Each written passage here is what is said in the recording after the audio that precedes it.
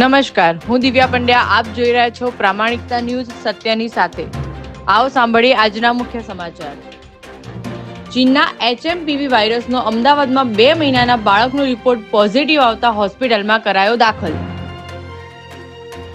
અમદાવાદમાં યોજાયેલા ફ્લાવર શોમાં 3 દિવસ દરમિયાન 1.58 લાખ લોકોએ ફ્લાવર શોની મુલાકાત લીધી. સાઉથ બોપલમાં આવેલા કનકપુરા જ્વેલર્સમાંથી 50 લાખથી વધુના દાગીનાની લૂંટનો ભેદ ઉકેલવામાં પોલીસને મળી સફળતા.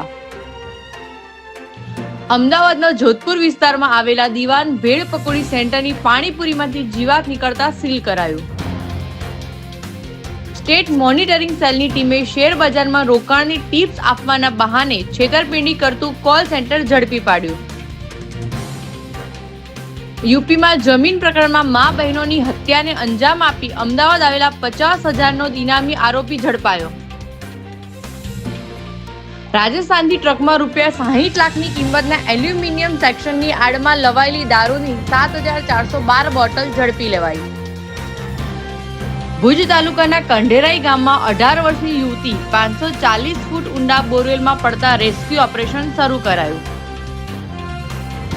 છત્તીસગઢમાં પત્રકાર મુકેશ ચંદ્રકારના ચકચારી હત્યા કેસના માસ્ટરમાઇન્ડ સુરેશ ચંદ્રકરની હૈદરાબાદથી ધરપકડ કરાઈ.